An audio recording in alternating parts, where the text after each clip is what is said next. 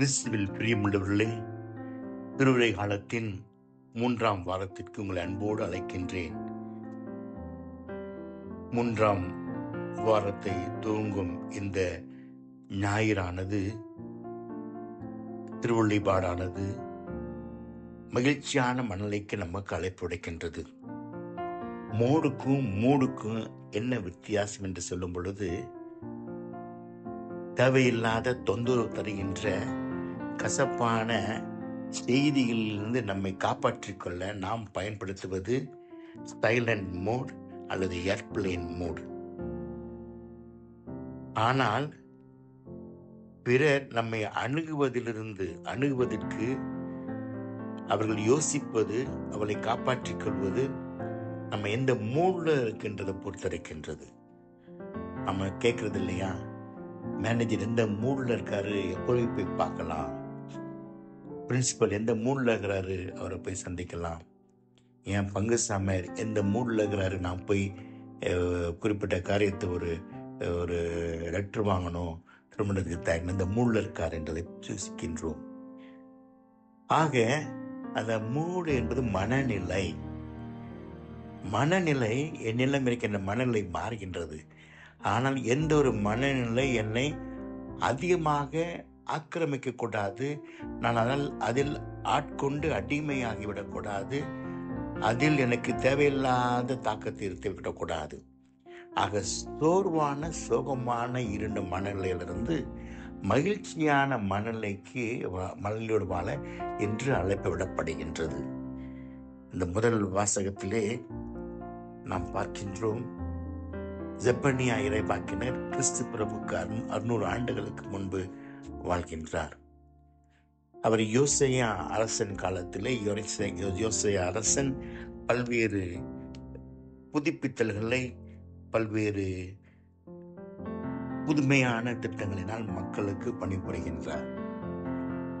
செப்பனியா இறைவாக்கினர் மக்களுக்கு அழைப்பு விடுக்கின்றார்.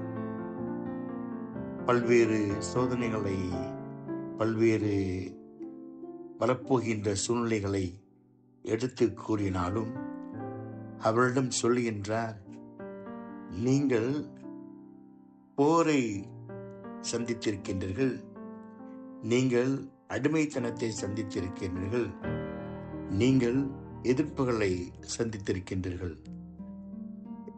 ஆனால் இன்று அனைத்து தருணங்களிலும் இஸ்ராயலின் அரசனாக ஆண்டு உங்கள் நடுவில் இருக்கின்றார்கள். இந்த அனைத்து தருணங்களும் ஆண்டுள்ள நடுவில் இருக்கின்றார். ஆகவே நீங்கள் மகிழ்ச்சி அடைய வேண்டும், ஆர்ப்பரிக்க வேண்டும், முழு உள்ளத்தோடு மகிழ வேண்டும் என்று அழைப்பு விடுக்கின்றார். கடவுள் நடுவில் இருக்கின்றார். அவர் உங்களுக்கு தீர்ப்பை தள்ளிவிட்டார், மீட்பை தருவார், வெற்றியை தருவார், புத்துயை தருவார் என்று மகிழ்ச்சியோடு ஆர்ப்பரிக்க அழைப்பு விடுக்கின்றார். மோசே உங்களுக்கு ஒரே யாவை இறைவனை வழிபட கற்றுக் கொடுத்தாலும் நீங்கள் சூழ்நிலை காரணமாக பல்வேறு பொய்க்கடவுளை, புறையின கடவுள் ஆகிய சூரியன், சந்திரன், விண்மீன்களை எல்லாம் நோக்கி சென்றீர்கள். ஆனால் இன்று மீண்டும் உங்கள் வாழ்வை புதுப்பித்து ஆர்ப்பரிக்க மகிழ்ச்சியான மனநிலைக்கு அழைப்பிடுக்கின்றார் என்று அழைப்பிடுக்கின்றார். நற்செய்தியிலே இந்த நாயனாக இருப்பவர் திருமுழுக்கு யோவான். அந்த மகிழ்ச்சியான மனநிலைக்கு அழைப்பு விடுக்கின்றார். அதற்கு இடத்தையும் நபர்களையும் நம் கண்முன் வைக்கின்றார். அவர் இருக்கின்ற இடமாகிய கிழக்கு பகுதி யோர்தானிலே 2 நிகழ்வுகள் நடந்திருக்கின்றது. ஒன்று, 40 ஆண்டுகளாக கடிதத்தோடு கஷ்டத்தோடு பயணம் செய்து இறுதியாக தங்களுடைய முகாமை இந்த பகுதியில் தான் இஸ்ரேல் மக்கள் வாக்களிக்கப்பட்ட நாடை தொழுதுக்கு முன்பாக கடைசி முகாம் அங்கு இருந்தார்கள். இந்த கடைசி முகாம் இருந்த இடத்திலிருந்து தான் யோசுவா, தலைவராக யோசுவா அவர்களை வழிநடத்தி மகிழ்ச்சியான மனநிலையான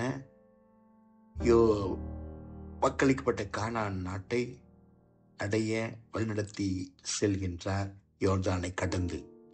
இரண்டாவது, இதே இடத்தில்தான் இறைவனுடைய தேரிலே எலியா இறைவாக்கினர் விண்ணகத்திற்கு எடுத்துக் கொள்ளப்பட்டார் என்று சொல்லப்படுகின்றது. இரண்டு மகிழ்ச்சியான மனநிலைக்கு அழைப்படுத்தப்பட்ட அனுபவமான இந்த இடத்திலிருந்து, வாருங்கள், திருமுழுக்கு பெறுங்கள், உங்கள் மனநிலைகளை மகிழ்ச்சியான நிலையை மாற்றிக்கொள்ளுங்கள் என்று கூட்டத்தினருக்கு அழைப்பளிக்கின்றார். அந்த கூட்டம், கூடியிருக்கின்ற கூட்டம், தேடி வந்த கூட்டம், ரோமை அரசினால் அதிகார வர்க்கத்தினால் கட்டுப்பட்டு கொண்டிருக்கின்ற ஒரு கூட்டம் மற்றும் யூத மத தலைவர்களால் அவர்களும் பல்வேறு திட்டங்களால், பல்வேறு சட்டங்களால் மக்களை குறைத்து மக்களுக்கு உரிமை இல்லாமல் என்ற சூழ்நிலையில் இருக்கிற அந்த மக்கள் தேடி வருகின்றார்கள். வரி வசூலிப்பவர்கள் ரோமை அரசுக்கு சாதமாக இருந்து தன்னுடைய சொந்த யூதர்களுக்கே எதிர்ப்பாக இருந்தவர்கள் மற்றும் அந்த வரி வசூலுக்கு பாதுகாப்பாக பராமரிப்பாக இருந்த அந்த பணியாளர்களும் வருகின்றார்கள். அவர்களை பார்த்து சொல்கின்றார், வாருங்கள், எருசலேம் வழிபடக்கூடிய மற்றும் எருசலேம் குருக்கள் இருக்கக்கூடிய, எருசலேம் பலி செலுத்தக்கூடிய அந்த புனித இடம் இன்று ஒன்று புனிதமில்லாமல் பாவத்தினால் நிரம்பி இருக்கின்றது. உங்கள் மனநிலைகளை மாற்றிக்கொள்ளுங்கள். சோர்வான மனநிலையிலிருந்து மகிழ்ச்சியான மனநிலைக்கு மாற்றிக்கொள்ளுங்கள். சுத்தப்படுத்திக் கொள்ளுங்கள். திருமுழுக்கு பெறுங்கள். இதோ உங்களுக்கு மீட்பு உண்டு. அந்த திருமுழுக்கு பெற்றுடன் மகிழ்ச்சியை வெளிப்படுத்த நீங்கள் உங்களிடம் இருப்பதை பகிர்ந்து கொள்ளுங்கள். அந்த மகிழ்ச்சியின் ஆடையை பல்வேறு வகையில் பகிர்ந்து கொள்ளுங்கள் என்று அழைப்பு விடுக்கின்றார்.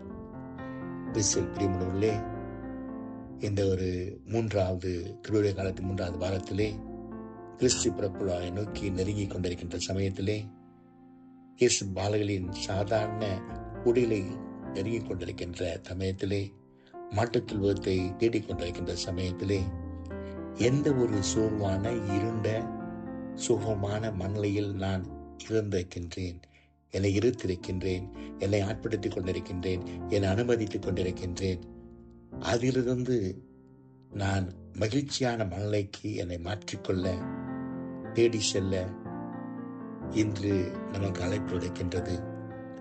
நிச்சயம் புனித நிலத்திலே போர்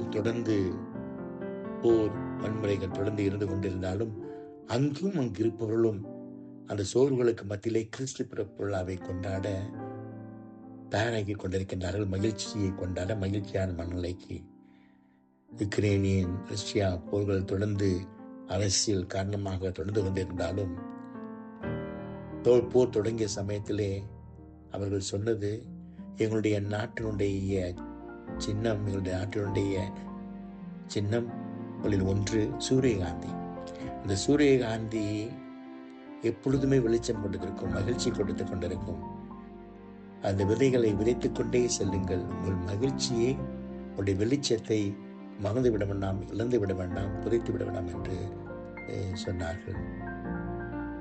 இன்று எந்த மனநிலை என்னை கட்டுப்படுத்திருக்கின்றது, என்னை தடுத்திருக்கின்றது? மகிழ்ச்சியான மனநிலையை பற்றிக் கொள்வோம். எந்த ஒரு சோர்வுகள், சோகங்கள், சுமைகள், பாரங்கள், தடுமாற்றங்கள், இழப்புகள், ஏமாற்றங்கள் இருந்தாலும் இறைவன் என் நடுவில் இருக்கின்றார், என் அருகாமையில் இருக்கின்றார். அவரே இதை கடந்து வர துணையாக இருக்கின்றார். உன் கண்ணீரெல்லாம், அழுகையெல்லாம் மகிழ்ச்சியாக மாறும். நமக்கு தெரியும், பல்வேறு சூழ்நிலைகளில் பல்வேறு விதமாக கொடூரமாக நடத்தப்பட்ட 2ஆம் உலகப் போரில் நடத்தப்பட்ட அந்த பிணைய கைதிகளாக இருந்த நாசி வன்முறைக்கு ஆட்கொள்ளப்பட்டிருந்தவர்கள், அதையெல்லாம் முடிந்து பலர் இறந்தார்கள், பலர் மீண்டும் உயிரோடு மீட்கப்பட்டார்கள். இறந்த பிறகு அந்த குகைகளெல்லாம், அந்த இருண்ட அறைகளெல்லாம் சென்ற பொழுது இது சில பேரை தக்க வைத்தது, வாழ வைத்தது. அந்த மனிதாபிமானம் இல்லாத அந்த சித்திரவதைகள் எல்லாம் கடந்து என்று சொல்லும் பொழுது அங்கு எழுதியிருந்த வரிகள், சூரியனை அந்த கதிர்களை, அந்த ஒரு வெளிச்சத்தை நான் பார்க்க முடியவில்லை என்றாலும் நான் சூரியன் இருக்கின்றது என்று நம்புகிறேன். அன்பை பிறர் எனக்கு கொடுக்கவில்லை என்றாலும் அன்பு இருக்கின்றது என்று நம்புகிறேன். இறைவன் அமைதியாக இருந்தாலும் அந்த இறைவன் இருக்கின்றார் என்று நம்புகின்றேன். இவைகள்தான் அவர்களை வாழ வைத்தது. அவர்கள் அனைத்து சித்திரவதைகளையும் கடந்து வெளியே அழைத்து வந்தது அந்த மனநிலை, அந்த மகிழ்ச்சியான உயர்வான மனநிலை. இறைவன் இருள் சுண்ட பள்ளத்தாக்கிலும் வெளிச்சமாக என்னை வெளியே கொண்டு வருவார் என் அருகாமையில் இருக்கின்றார். ஆமென்.